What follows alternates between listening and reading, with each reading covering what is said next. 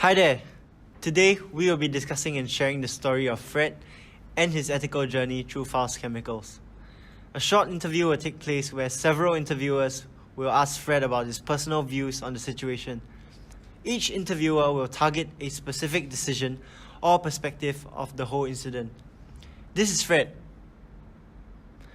We have our first interviewer, Jared. Hi Fred, my name is Jared. Nice to meet you. The subject of our conversation will revolve around how your superiors may have affected your decisions in this project. So to start things off, what were your thoughts on the plant project before the budget cut occurred? During the interview process, it was mentioned that Faust project was similar to what I've done in my previous company. They wanted me to complete the project in a short amount of time, even though I wasn't confident. So I thought that I could have given it a shot and didn't read much into it. So after the budget cut, how do you think it affected the progress of the project? So after the budget cut, it heightened the whole situation. It felt like the objective of the project began to shift, and safety and ethics were no longer important. Decisions that were once in my hand were not being made for me instead. One example is that during the selection of the new pipe vendor, despite it being a first-time supplier, Raleigh insisted not to visit the plant due to inconvenience and instead just brushed it off with the optimism that the issue could be rectified on last-minute notice. I felt pressured by his bold statement and ended up being convinced by him. Yes. So do you feel that the pressure you've gotten from your boss, who is Chuck and Wally, played a huge factor in the incident that occurred? Chuck is a man with confidence alongside a business mindset. He tends to cut corners on matters as long as beneficial to the company. Once he fixed his mind on the time limit and the budget cut, I could not retaliate fast enough as he just put me to it. Wally had one rule where I had to go through him before doing anything. So basically, I did not dare to make any decision based on my morals and his ethics. Instead, I had to do things his way. Why? So do you feel that in this position, you made the right decision ethically? Or maybe what could you have done better? I did not make the right decision in trusting and following their orders to the brim because I was the one with the authority to authorize it. I believe that I should have taken a stand on safety and ethics. Many of times it's because of the pressure from the top that subordinates tend to let things slide without challenging questionable decisions. Thank you for your time, Fred. That's all for today. Thank you, Jared.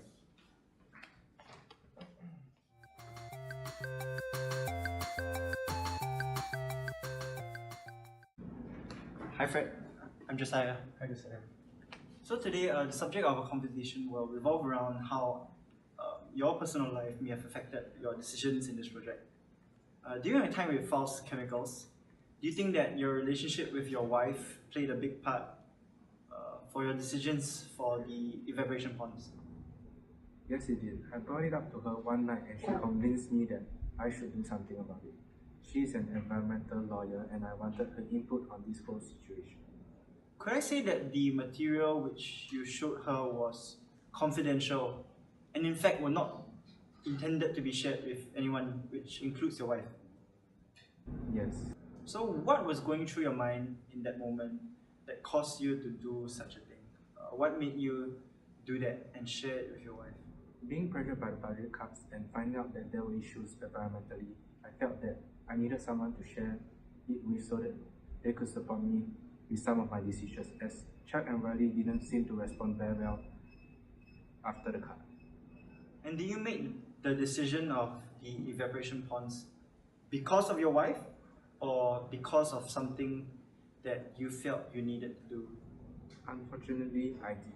I felt like the decision came from what I wanted to do, but the real reason was that I wanted to have control over some areas of the project.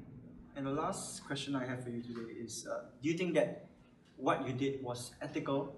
And if not, what could you have done better instead? What I felt ethical at that point of time, but looking at the situation in hindsight, I realized that I shouldn't have involved myself in the secondary aspect of the environment and instead focus on safety.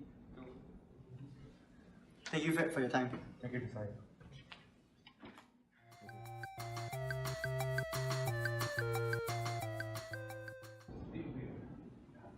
Hi Fred, I'm Sam. Hi, Fred. Alright, Fred, today I'll be asking you on some questions regarding on the choices of flanks and couplings that were used in the plant. Sure, go ahead. Alright, it was stated in the report that the flanks and couplings that were used barely met the specs and fatigue and brittleness. Were you aware of this before the plant went fully operational? Yes, it was brought up to me by Peter Clancy. He was concerned that it might be too taxing on them and suggested to change to stainless or a high pressure alloy. And why wasn't change made to the stainless and high pressure alloys? We didn't have time and the extra budget for it. I decided to make the couplings and maintenance issue, emphasizing that couplings should be replaced regularly. Oh. But knowing that there were safety issues, why did you still allow it to happen, knowing that there may be consequences? During the point of time, I wasn't aware that there might be safety issues. With the decision that you have made regarding the components, do you feel that you made the ethical right decision? If not, what could you have done instead? Well, after what happened, I felt that what I've done wasn't ethical. I felt that I should have voiced out my concerns confidently with my colleague on the critical issues that I faced during my time there. Thank you very much for your advice. Thank you.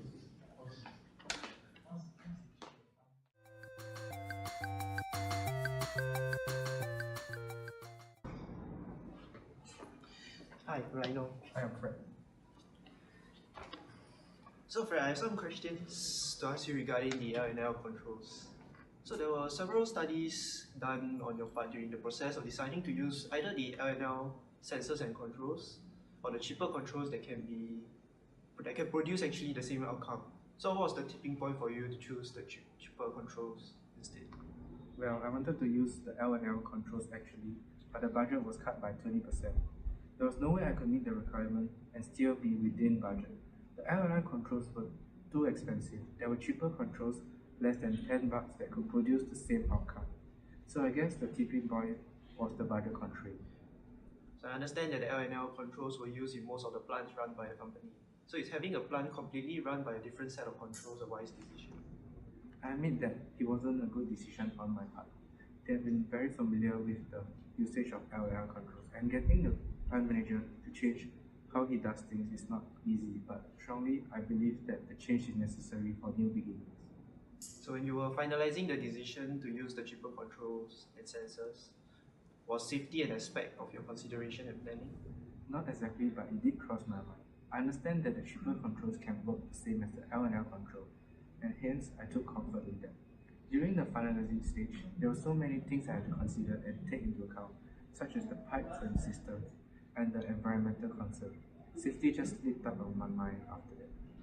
So I have one last question for you. As a professional engineer, do you think you have made an ethical choice?